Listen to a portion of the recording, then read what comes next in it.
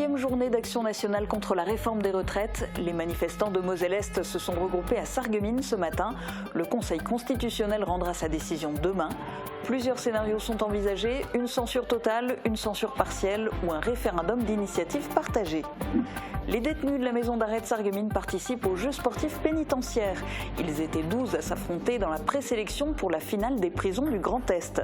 Foot à 5, tennis de table et épreuve de lancer franc de basket étaient au programme.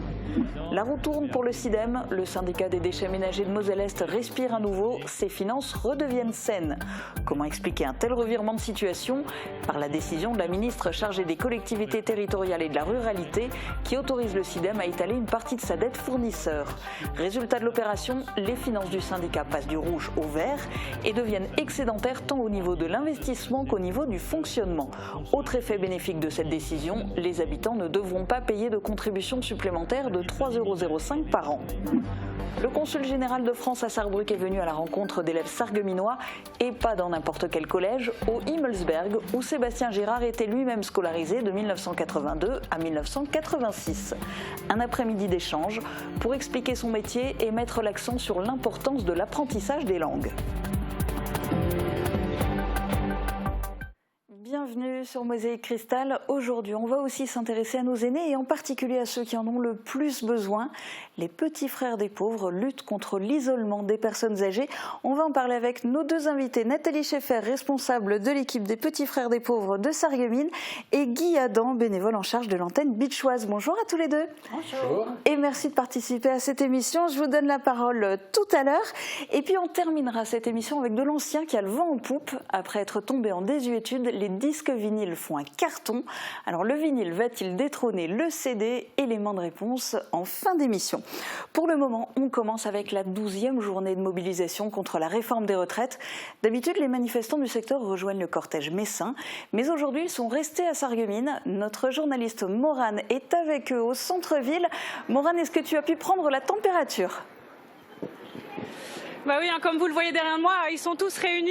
Comme tu l'as dit, 12e journée de manifestation. Les manifestants sont toujours debout ici à Sarreguemines. Près de 500 personnes ont rejoint le mouvement selon les syndicats. Alors à côté de moi, Mathieu Risse, membre du bureau de l'Union départementale. Mathieu Risse, malgré l'engagement, malgré tous ces gens réunis pour la même cause, le gouvernement ne semble pas vouloir vous écouter. Quel sentiment aujourd'hui? On a ressenti du mépris de la part du gouvernement depuis le départ. On fait mine d'ignorer ce qui se passe dans les rues depuis maintenant 3 mois. C'est vrai que c'est insupportable et la colère est en train de monter. Donc nous on est toujours là, déterminés, mais il y a vraiment le sentiment de mépris qui nous met en colère. Enfin, les slogans ont changé dans les manifs depuis quelques semaines. On sent que la colère monte. Alors on est pas toujours le même nombre, mais c'est assez variable. Ce matin, on était comme 500 dans les rues de Sarreguemines un jour de semaine. Les gens qui sont là aujourd'hui, c'est des gens qui sont majoritairement en grève. Je pense que c'est important de le rappeler. Justement, en grève, 12e journée de mobilisation, c'est aussi un sacrifice de votre part parce que c'est une journée sans solde. Oui, c'est vrai que ça commence à peser. Ça fait 12 jours de perte de salaire. Bon, les pertes de salaire ne sont pas encore tombées partout, ça commence. Ça fait forcément partie un peu des éléments qu'il faut prendre en compte. Il y aurait sans doute bien plus de monde ce matin dans les rues de Sarreguemines s'il n'y avait pas cette problématique-là. Après, il y a des choses qui se mettent en place, il y a des caisses de grève. Nous, au niveau de notre syndicat, par exemple, on a une caisse de grève en ligne. Les gens peuvent soutenir aussi le mouvement par ce biais-là, ceux qui ne peuvent pas venir manifester. On n'est sans doute pas encore à la fin des opérations, donc voilà, je lance un appel aussi. Pensez à apporter votre soutien par le biais des caisses de grève, c'est important. Alors on l'entend dans le cortège, les slogans. La plus grande préoccupation, c'est la retraite à 64 ans. 64 ans, à première vue, ça semble un peu inévitable puisque l'espérance de vie s'allonge, il y a de plus en plus de retraités, il va falloir les payer aussi ces gens-là. Est-ce que vous comprenez cet argument ? Non, clairement, on ne le comprend pas. C'est un choix de société. Ce qu'on oublie souvent de dire, c'est que certes, l'espérance de vie augmente, mais la productivité a aussi énormément augmenté depuis pas mal d'années. Donc c'est un choix de société. On choisit de nous faire aller travailler plus tard. L'argent, quand on veut en trouver, on en trouve. Le budget de l'armée a augmenté d'une manière très conséquente. Et je crois qu'en catimini, on a appris cette semaine qu'il y avait, 13 ou 14 milliards d'euros qui avaient été mis sur la table pour aller aider l'Ukraine, les opérations militaires en Ukraine. Bon, ça, personne n'en discute en fait. On passe on parle depuis des heures sur tous les plateaux télé. Ça fait 3 mois que tout le monde parle des retraites, mais il y a plein de choses, de l'argent pour plein de choses. Il y en a quoi. Je reprends par exemple la crise sanitaire. On a trouvé des milliards et des milliards d'euros pour sauver les entreprises. On a su trouver cet argent-là. Alors aujourd'hui, on est en train de le payer, le fameux quoi qu'il en coûte. Mais c'est pas par ce biais-là. Il y a d'autres façons de faire. Il y a d'autres projets de société. Et la retraite à 64 ans, c'est sans doute pas le bon. C'est un vrai recul social. Alors la gauche a demandé un RIP, c'est un référendum d'initiative partagée. Si le Conseil constitutionnel l'accepte, qu'est-ce que ça va changer ? Bon, déjà là, on est en attente de la décision du Conseil constitutionnel de demain. Est-ce que la réforme des retraites passe ou passe pas ? Est-ce qu'il y aura une censure ou partielle, totale ? Ça, c'est la première attente. Après, effectivement, on commence à parler de référendum d'initiative partagée. C'est un élément de plus. C'est une autre façon de montrer qu'on n'est pas d'accord. Mais maintenant, est-ce qu'il y a forcément besoin d'un référendum pour ça ? Il suffit de regarder un peu les sondages. Je pense qu'on voit là toujours encore que la mobilisation reste élevée. Le taux de rejet de la réforme dans la population française, il n'a quasiment pas diminué depuis le début. Les actifs sont très majoritairement opposés au recul de l'âge de départ. Je ne pense pas qu'il y ait besoin d'un référendum d'initiative partagée. Après, s'il faut en arriver là, évidemment qu'on appellera à aller le signer. Mais le combat syndical, il ne se fait pas seulement par le biais d'un référendum, et on ne fait pas non plus qu'attendre les décisions du Conseil constitutionnel. Nous, quoi qu'il en soit, si demain soir, on nous annonce que la loi passe, on continuera. Sans doute dès les jours qui suivront. On continuera, donc c'est le mot d'ordre. Merci beaucoup Mathieu Risse d'avoir été avec nous. Donc pour rappel, Julia, demain le Conseil constitutionnel rendra sa décision. Donc plusieurs scénarios sont envisagés, une censure totale, partielle ou un RIP, on vient d'en parler. Selon la décision du Conseil, l'intersyndicale a d'ores et déjà appelé les manifestants à poursuivre la mobilisation dans la foulée. On en saura donc plus demain. Merci beaucoup Maureen pour tes précisions et puis merci aussi à Thibaut pour les moyens techniques. Sujet atypique maintenant, des compétitions de sport entre détenus de pénitenciers du Grand Est. C'est peu commun, mais dans la perspective des Jeux Olympiques Paris 2024, la direction interrégionale des services pénitentiaires du Grand Est et le comité régional olympique et sportif ont lancé les JSP. La maison d'arrêt de Sarreguemines a choisi de se joindre à la vingtaine de prisons participant à ces Jeux sportifs pénitentiaires. 12 détenus étaient hier en épreuve de présélection en foot, basket et tennis de table. Ils étaient encadrés par des professeurs de PS qui interviennent régulièrement dans la maison d'arrêt. Des sportifs professionnels de tennis de table, de foot et de course à pied sont aussi venus à la rencontre des détenus. Et dans tous ces établissements a été également organisé en amont un concours de dessin pour créer l'affiche de l'opération. Reportage d'Emilia Zell et David Orès. Petite, grande, du ping-pong au foot en passant par le basket, toutes les balles étaient de sortie hier matin à la maison d'arrêt de Sarreguemines. 12 détenus se sont affrontés dans les présélections de plusieurs sports pour l'opération Jeux sportifs pénitentiaires du Grand Est. À l'approche des Jeux Olympiques Paris 2024, l'objectif était de faire vivre l'expérience des JO aux détenus. Pour l'occasion, des sportifs professionnels du foot et de la course à pied étaient présents, une première pour la maison d'arrêt de Sarreguemines. À Sarreguemines, oui, c'est la première fois que c'était un événement de cette taille, avec la coopération avec les sportifs de haut niveau. On a un joueur de foot de Ligue 2, un ancien joueur de foot de Ligue 2. On sait que le football est une passion. C'est pour raccrocher les personnes détenues aussi à leur passion. On essaie d'ouvrir, il y a les valeurs de l'olympisme qui est mis en avant, ça c'est la première fois. Les 2 sportifs professionnels étaient là pour soutenir et coacher les détenus. En fait, mon rôle avec les détenus, c'est que moi j'ai eu un grave accident dû à la voie publique où j'ai eu beaucoup de séquelles, beaucoup d'hospitalisations, d'opérations et tout. Et c'est de leur montrer que malgré des fois les difficultés dans la vie et les aléas de la vie, on peut toujours rebondir et pas se laisser aller. Déjà c'est un monde que je ne connais pas, ça permet de mettre le pied dedans, de voir aussi leur situation et de se dire voilà, on doit aider tout le monde. Donc là c'est le meilleur moyen de le faire vu qu'on me l'a proposé, donc c'est avec grand plaisir que j'ai accepté. J'espère juste que voilà, ça va les aider dans leur futur. Dans la matinée avaient lieu les épreuves de lancer franc en basket, de foot en équipe de 5 et de tennis de table. Les épreuves de course à pied ont, elles, dû être décalées à cause d'un tapis roulant n'ayant pas été livré. L'après-midi, les détenus ont pu assister à une conférence sur le sport avec Michel Munch, Ludovic Guerriero et Stéphane Moliens, médaillés d'or en tennis de table aux Jeux paralympiques de Tokyo. La prochaine étape pour les détenus sélectionnés, ce sont les finales en juin à Lutterbach entre toutes les prisons du Grand Est participantes. Enfin, des bonnes nouvelles du côté du CIDEM. Je vais laisser le soin à Guillaume de vous les dévoiler dans ses chroniques.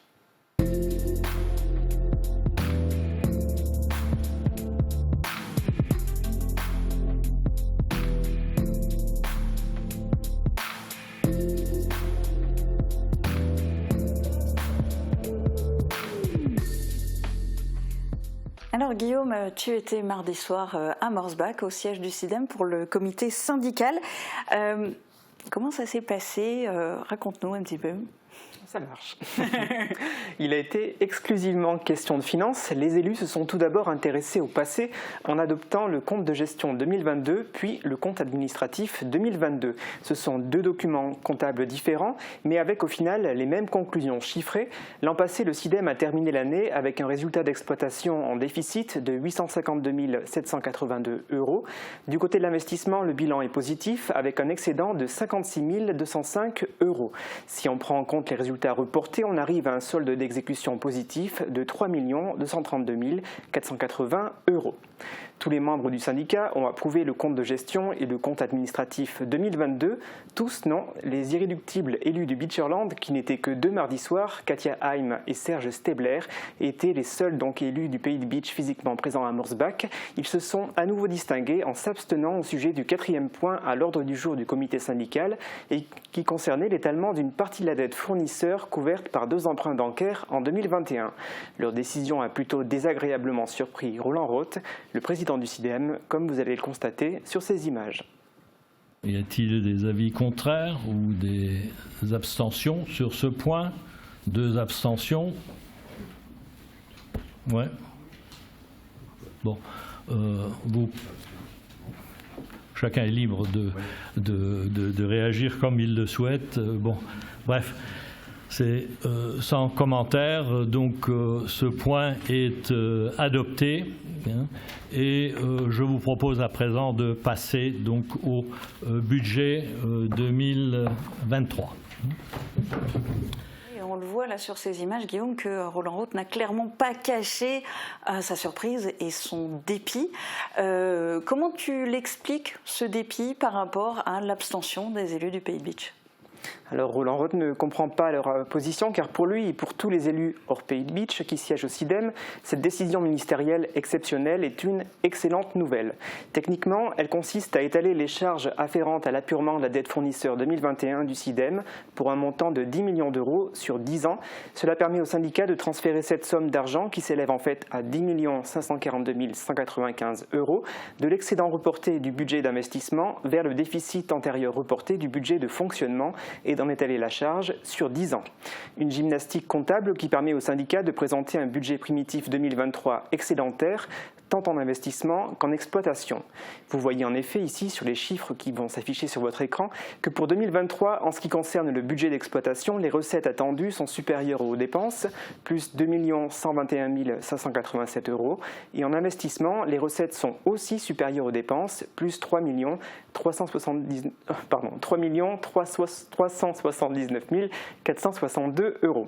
Cela faisait très longtemps que le budget d'exploitation du SIDEM était dans la zone rouge.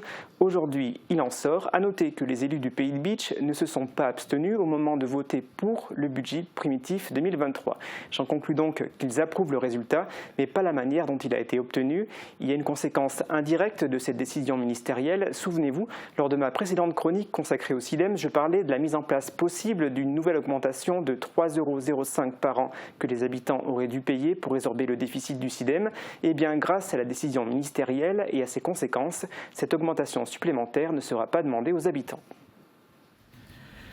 Alors cette opération validée par la ministre, c'est Madame la ministre Dominique Faure, et soutenue par le préfet, nous permettra de résorber le déficit de manière progressive en épargnant au maximum le contribuable ou l'usager de notre territoire. Je tiens à les remercier tous les deux pour cet important soutien qui est essentiel pour nous. Cette autorisation ministérielle est l'épilogue d'une longue opération. Le président et le vice-président du SIDEM n'ont, eux, pas mâché leur plaisir. Ils étaient en tout point satisfaits. Ils ont fait un état des lieux de l'amélioration de la situation financière du SIDEM depuis la mise en place de la nouvelle gouvernance en 2019. Écoutons-les. Alors, notre mission était de remettre sur les rails la machine SIDEM, qui était partie à la dérive on peut légitimement considérer aujourd'hui que c'est fait. Je rappelle où nous en étions. Nous avions pris la succession d'un ensemble un peu opaque, avec des filiales pas très claires, avec des finances très inquiétantes, avec des impayés monstrueux, avec une situation bancaire plus que difficile. Et vous avez eu à mener successivement tous ces combats, les uns après les autres. Là, vous venez de mener un combat, pas contre l'administration, mais avec l'administration pour obtenir cet étalement des charges qui n'est que justice et qui va permettre effectivement de présenter des chiffres tout à fait convenables de notre budget. Et nous sommes dans l'attente tous avec vous de la prochaine bonne nouvelle qui correspondra effectivement au remboursement de la TVA prélevée indûment. Alors en attendant, Guillaume, toi tu nous as synthétisé les bonnes nouvelles concernant le budget primitif 2023, aussi bien en investissement qu'en fonctionnement, mais qu'en est-il de la dette ? Dans ce domaine-là, la situation aussi s'améliore, même s'il reste encore beaucoup à rembourser. Le président du syndicat a fait le point sur ce sujet. Pour information, en 2019, l'endettement s'élevait à 106 millions d'euros.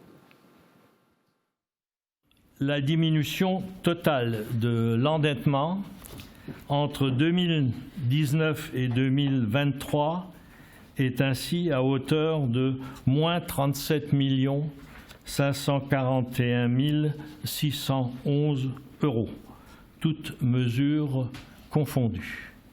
Donc si je fais une petite division, eh bien ça fait une moyenne de 9 millions par an qui sont grignotés sur notre endettement. Alors je laisse à chacun d'entre nous la faculté d'apprécier, apprécier au sens large du terme, car on peut aussi estimer que c'est insuffisant, le résultat obtenu. On dit souvent que les bonnes nouvelles ne tombent pas seules. Est-ce qu'il y a d'autres mesures qui pourraient améliorer la situation financière du SIDEM ? Eh bien oui, le SIDEM espère en effet obtenir une bonne nouvelle supplémentaire au sujet d'un deuxième levier important qui lui permettrait de récupérer de l'argent. Le syndicat a sollicité les services fiscaux pour obtenir un remboursement de TVA sur les participations des collectivités.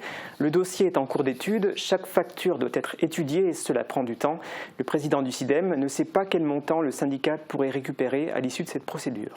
Alors il y a un autre sujet, parce que ça on le saura que plus tard, mais il y a un autre sujet dont tu nous parles aussi régulièrement dans cette chronique consacrée au SIDEM, c'est la mise en place d'un projet d'ultrafiltration des digestats liquides. Je me le suis noté, les ultradigestats liquides issus de la méthanisation à Métavalor, parce que le nom de ce projet il est déjà compliqué, mais en quoi ça consiste ? Alors, je vais essayer de l'expliquer en quelques mots. L'objectif, c'est le suivant, améliorer la gestion actuelle des digestats liquides qui génèrent un impact environnemental non négligeable et de lourdes dépenses d'exploitation directement répercutées sur le coût de traitement facturé à l'usager. Pour ce faire, le SIDEM souhaite mettre en place un traitement biologique des digestats liquides plus poussé sur le site de Métavalor par filtration membranaire. Je laisse une nouvelle fois la parole au président du SIDEM qui va nous présenter les résultats attendus.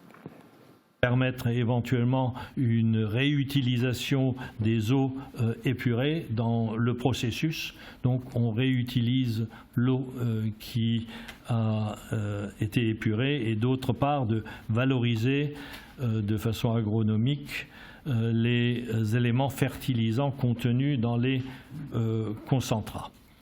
Bon, ça reste quand même un petit peu compliqué. Alors, deux scénarios ont été étudiés. Le SIDEM privilégierait plutôt la seconde hypothèse. Elle coûterait plus cher, 3 millions d'euros au lieu de 1,3 million d'euros. Mais ce second scénario permettrait d'obtenir une économie d'exploitation estimée à 750 000 euros par an. La réflexion a bien avancé, mais il reste des interrogations. Il faut notamment attendre la validation des services de l'État et celle d'un prestataire qui serait prêt à accueillir ces eaux dans sa station d'épuration. Une réflexion aussi doit être menée au sujet de la maintenance. Les élus du SIDEM ont adopté mardi une décision de principe sur la réalisation des travaux nécessaires ainsi qu'une autorisation de programme pluriannuel pour financer cet investissement. Ces deux décisions ont été approuvées sans opposition et sans abstention.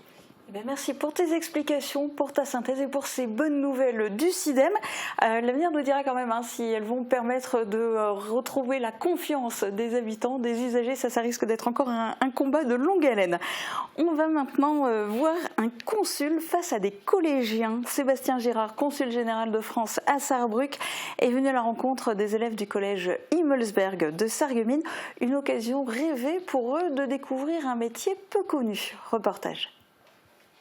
Le consul de retour sur les bancs du collège, et pas n'importe lequel, celui où il a été scolarisé pendant 4 ans, de 1982 à 1986. Sébastien Girard est un peu chez lui, au collège Himmelsberg de Sarreguemines. Il y est revenu pour un après-midi d'échange dans le cadre de l'opération départementale Fête de l'Allemand. L'idée était de montrer aux élèves de ce collège à quoi peut être utile aujourd'hui l'apprentissage des langues, dans la diplomatie, mais pas seulement. Et c'était un vrai plaisir pour moi, puisque c'est effectivement au collège Himmelsberg que j'ai été collégien au siècle précédent, et donc de revoir un endroit où on a été soi-même scolarisé, où on a reçu une belle éducation, ça rappelle de bons souvenirs. Voilà. Après sa visite des lieux, 2 classes de 3e ont pu échanger avec le consul qui a répondu à l'invitation du principal du collège Himmelsberg. Alors pour nous au collège du Himmelsberg, c'est effectivement un grand honneur. On est extrêmement content, heureux d'accueillir M. Girard, consul général de France à Sarrebruck. Et c'est en même temps, je trouve, titre personnel, très émouvant de voir un ancien élève qui a fait un très beau parcours, qui est haut fonctionnaire et qui s'adresse aux élèves qui sont assis là où il était assis lui-même, il y a 40 ans, et qui leur parle de son parcours, qui leur parle de ses missions, qui leur parle de l'ambition. Parce que ça, c'est le signal qu'on aimerait envoyer à nos élèves. Soyez ambitieux, que vous alliez en formation professionnelle ou générale. Donnez-vous les moyens vraiment d'être ambitieux. Pour les élèves, c'était l'occasion de découvrir un métier, mais aussi d'être sensibilisés à l'importance des langues étrangères et pas seulement l'anglais. Et le message semble être passé. J'ai appris que les langues, c'était vraiment très important pour les études, que l'allemand, il fallait surtout pas le lâcher. Personnellement, moi, j'étais plus anglais qu'allemand, mais j'apprends vraiment que l'allemand, faut vraiment pas la lâcher et il faut la travailler un maximum. Pour être honnête, je savais même pas que ce métier-là existait. Et ça m'a aussi permis de savoir que l'allemand c'est important et que c'est une matière qu'il ne faut pas que j'oublie au collège. Sachant que je ne suis pas douée dans cette matière, ça m'a permis de savoir qu'il faut que je m'accroche sur cette matière. S'accrocher en allemand dès le collège et ne pas lâcher ensuite, rien n'est joué d'avance et rien n'est jamais perdu. Le consul en est la preuve. C'était pas ma matière la plus forte. Je me débrouillais, mais je ne pense pas que si le principal du collège Himmelsberg ressort mes bulletins de l'époque, ce soit forcément la matière où j'avais les meilleures notes. Voilà. Ce qui veut dire aussi que, sérieusement, que rien n'est perdu et qu'on peut apprendre tout au long de la vie. L'allemand, je m'y suis remis de façon intensive depuis que j'ai pris mon poste à Sarrebruck. Donc vous voyez, rien n'est jamais perdu, et même si on a pas forcément les meilleures notes quand on est collégien, on peut se rattraper plus tard. Allez, un beau message d'espoir pour la jeunesse. Nouveauté à Sarreguemines pour un voyage culinaire, le restaurant chinois Sente vient d'ouvrir 10 rue Louis Pasteur. Différents produits sont proposés, notamment du bubble tea, du thé avec des perles de tapioca, ou encore du milk tea avec de la gelée de coco. Des plats chauds sont aussi disponibles à la vente. Ce restaurant est ouvert tous les jours de 11h30 à 21h30.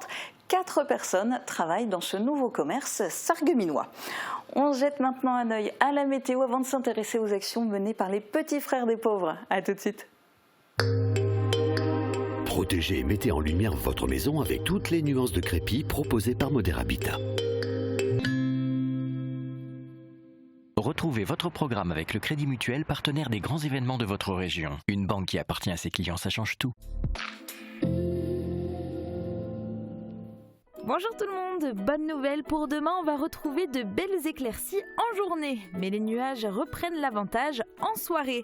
Côté température, les minimales retombent légèrement avec 0 à 1 degré seulement en matinée, les maximales iront de 13 à 14 degrés. Demain, pensez à souhaiter une bonne fête au Maxime et il fera jour de 6h46 à 20h25. Passez tous une agréable journée et à demain. C'était votre programme avec le Crédit Mutuel, partenaire des grands événements de votre région. Une banque qui appartient à ses clients, ça change tout. Venez goûter les délices chocolatées de Jacques Bockel à Styrin-Vendel. Votre chocolatier créateur vous propose une collection de chocolats de saison décorés à la main et 100% naturels à offrir ou à croquer. Sans oublier des spécialités intemporelles qui feront plaisir à tous les gourmands. Jacques Bockel, c'est 100 mètres carrés de chocolat d'exception à Styrin-Vendel. Le roi des vins est à Styrin-Vendel. Faites votre choix parmi plus de 3500 références de vins. Une large gamme d'alcool et de spiritueux. Et des idées cadeaux pour toutes les occasions. Nouveau, la cloche. Faites-vous plaisir avec une grande variété de fromages d'une provenance 100% artisanale. Le roi des vins à Styrin-Vendel, le temple des gourmands et des gourmets. La boîte à musique, c'est la référence pour les particuliers et les pros. Nos experts sont à votre service pour vous conseiller dans différents secteurs. Les instruments de musique, la location de matériel pour tout type d'événement, la numérisation de vos cassettes ou films Super 8, mais aussi pour l'installation de systèmes audio et d'éclairage en milieu professionnel ou à votre domicile. Toute la boutique est au prix du net. Retrouvez aussi tous nos articles sur notre site internet Music Good Deal. Création Coleman, fabrication de cheminées et poêles traditionnelles ou contemporains en faïence.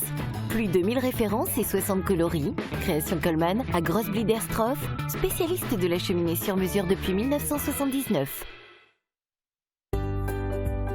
Cora Sarreguemines prépare le retour du printemps. Retrouvez les indispensables du jardinage avec notre sélection des plus beaux produits. Tout pour votre potager, votre jardin d'ornement, mais aussi l'entretien du sol, l'outillage et la décoration. Pour un jardin bien entretenu et haut en couleur, rendez-vous chez Cora. Cora, l'hyper proximité. Ce samedi à 18h30 sur Mosaïque Cristal, match retour du derby qui oppose l'US Forbach au SFC. Lors de la première rencontre, le match avait été remporté 2-1 par les Forbachois qui sont actuellement 4e au classement provisoire. Les Sarregueminois vont devoir se battre pour l'emporter. Un match à voir en direct ce samedi à 18h30 avec le soutien de l'Intermarché des faïenceries sur Mosaïque Cristal.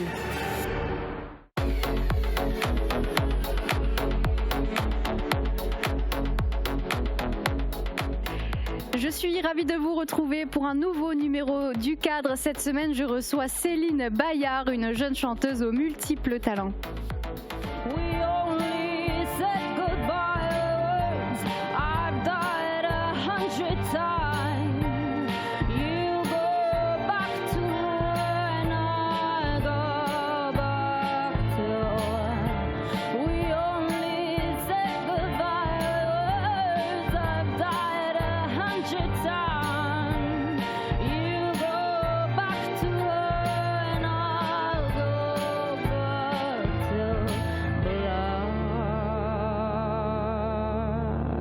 Découvrir ce numéro en intégralité, c'est tout simple. Rendez-vous mardi sur Mosaïque Cristal. Ne manquez pas le rendez-vous. Focus sur les actions des petits frères des pauvres dans le secteur de Sarreguemines et de Bitche. Il est temps de donner la parole à nos invités du jour.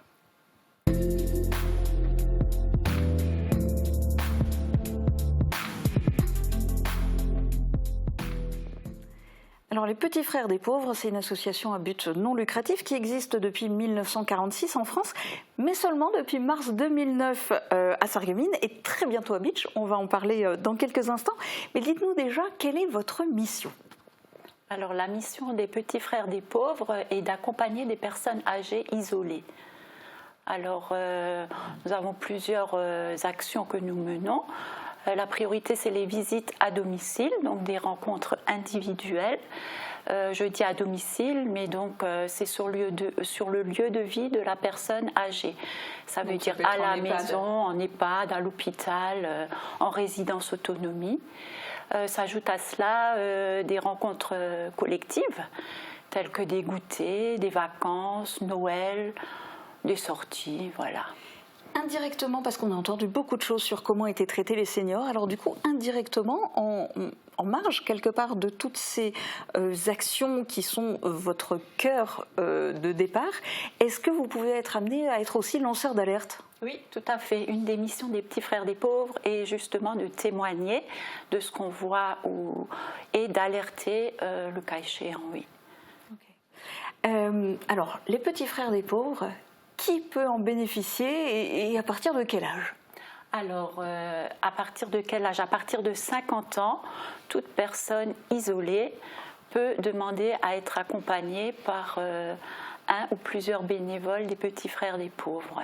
Alors, vous dites personne isolée, mais je me pose la question, est-ce qu'il y a aussi quelque part, entre guillemets, des critères de ressources ?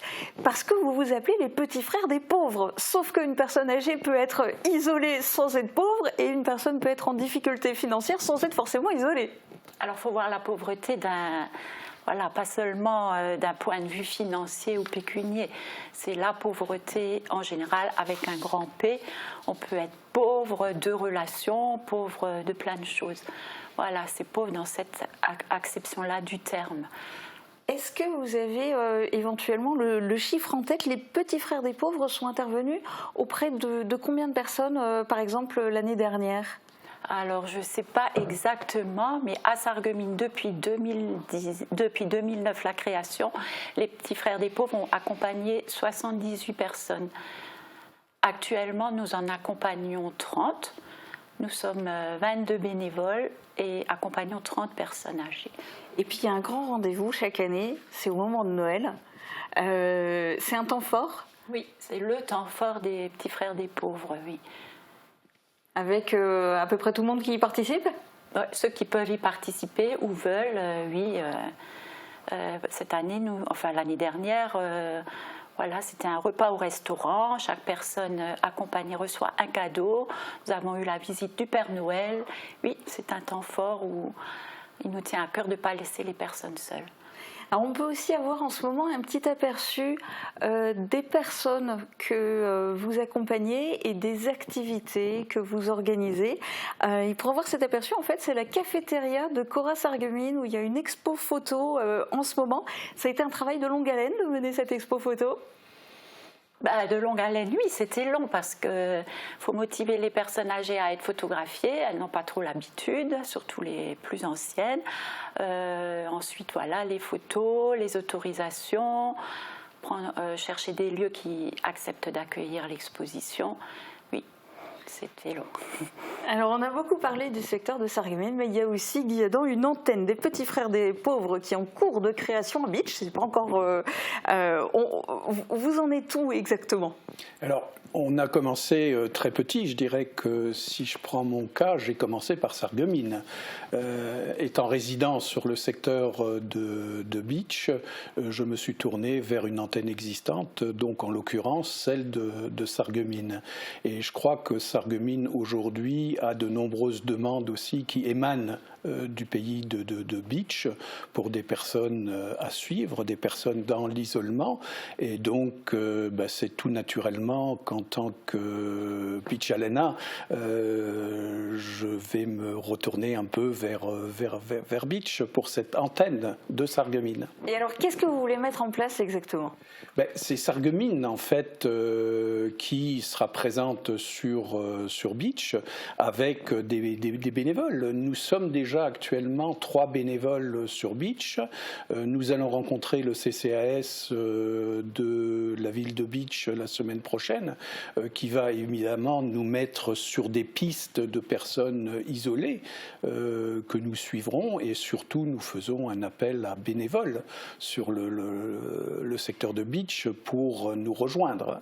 D'accord, alors on va en reparler dans un instant, mais je voudrais quand même que vous m'expliquiez, parce que je me pose la question, est-ce qu'il y avait vraiment une forte demande dans le pays de Bitche ? Et en fait, si je vous pose la question, c'est parce que souvent on a tendance à dire que la solidarité, elle est beaucoup plus forte en milieu rural, etc. Est-ce que ça se perd dans nos campagnes, ou comment se fait-il qu'il y ait éventuellement pas mal de personnes isolées dans un secteur comme le pays de Bitche, où on s'attend à ce que ça soit plus soudé ? Oui, mais je crois que c'est toute la structure sociale qui en fait est démantelée actuellement.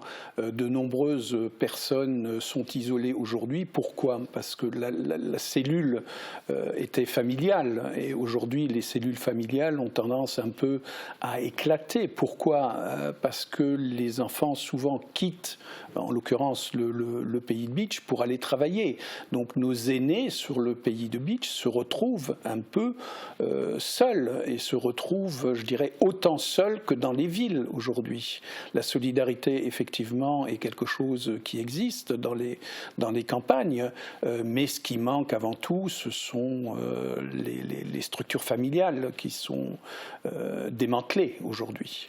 Donc à défaut de structure familiale, vous allez devenir leur petit frère. Vous le disiez, tout est basé sur le bénévolat, en tout cas à Sarreguemines et à Bitche, où c'est encore en train de se créer.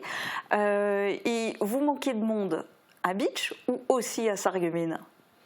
Je vais commencer par répondre pour Bitche. Bitche, évidemment, a besoin de bénévoles. C'est la raison pour laquelle nous lançons cet appel pour venir conforter et augmenter cette équipe de Bitche. Parce que si on prend le territoire de Bitche, ça représente quand même un certain nombre de communes. Ça représente 3 ou 4 EHPAD, ça représente un hôpital. Donc, tous des lieux où on retrouve des personnes isolées. Et quel est le profil que vous recherchez et qu'est-ce qu'il faut faire ? Parce que être bénévole, c'est un grand mot, mais concrètement, ceux qui viendraient répondre à votre sollicitation, ils seront amenés à faire quoi ? Les motivations pour rejoindre peuvent être différentes. En ce qui me concerne, je veux dire, au travers de cet engagement, quelque part, on donne aussi du sens à sa vie, ou un autre sens qu'on apporte à sa vie. Les personnes qui veulent nous rejoindre doivent être motivées par le contact avec la personne âgée. Alors il faut peut-être ajouter quand même que l'engagement auprès des petits frères des pauvres n'est pas un engagement qui est très important en termes de temps. Le bénévole choisit en fait le nombre de personnes qu'il souhaite accompagner. Qui plus est, le bénévole en principe n'est pas seul dans son accompagnement, mais il est toujours en binôme, c'est-à-dire il y a toujours 2 personnes qui suivent, ce qui ne veut pas dire que les 2 personnes vont voir la personne isolée en même temps, mais ce qui veut dire qu'on leur apporte en principe une visite toutes les semaines. En étant en binôme, pour le bénévole, ça fait une visite toutes les 2 semaines. Donc ce n'est pas un engagement qui prend énormément de temps. Après, en fonction de l'expérience, en fonction de ce qu'on va trouver aussi auprès des petits frères, c'est-à-dire du retour qu'on va avoir, on peut s'engager auprès d'une 2e personne, d'une 3e personne et pourquoi pas d'une 4e. Et sinon, de base, ça prend pas forcément beaucoup de temps, donc pas d'excuses. Engagez-vous, rengagez-vous, qu'il disait, n'est-ce pas ? À Sarreguemines, c'est pareil ? Ah, tout à fait pareil, à part qu'à Sarreguemines, on est actuellement 22 bénévoles et on ne cherche plus forcément de bénévoles. On peut agrandir peut-être encore l'équipe de 2, 3, 4 personnes, mais on ne souhaite pas non plus que l'équipe soit trop nombreuse, pour garder ce côté familial et bien se connaître, etc. D'accord. Et on va afficher aussi les coordonnées pour se renseigner, pour devenir bénévole, pour signaler peut-être aussi des personnes qui aimeraient bien bénéficier de vos actions. Merci en tous les cas à tous les 2 d'être venus témoigner dans cette émission et bonne continuation, bon courage pour Bitche. Merci de nous avoir reçus. Avec plaisir. On va maintenant s'intéresser à du vieux qui a été dépassé mais qui redevient tendance. Mis sur la touche par l'avènement des cassettes audio puis du CD, de la musique numérique, le vinyle a progressivement repris du service au cours de la dernière décennie. Selon le syndicat national de l'édition phonographique, le vinyle représente désormais 45% des ventes physiques contre moins d'1% il y a 10 ans. Mais alors, le vinyle va-t-il détrôner le CD ? Élément de réponse avec les témoignages de 2 disquaires indépendants messins. On pensait qu'il allait finir aux oubliettes au début des années 2000 et pourtant le vinyle n'a jamais cessé de tourner.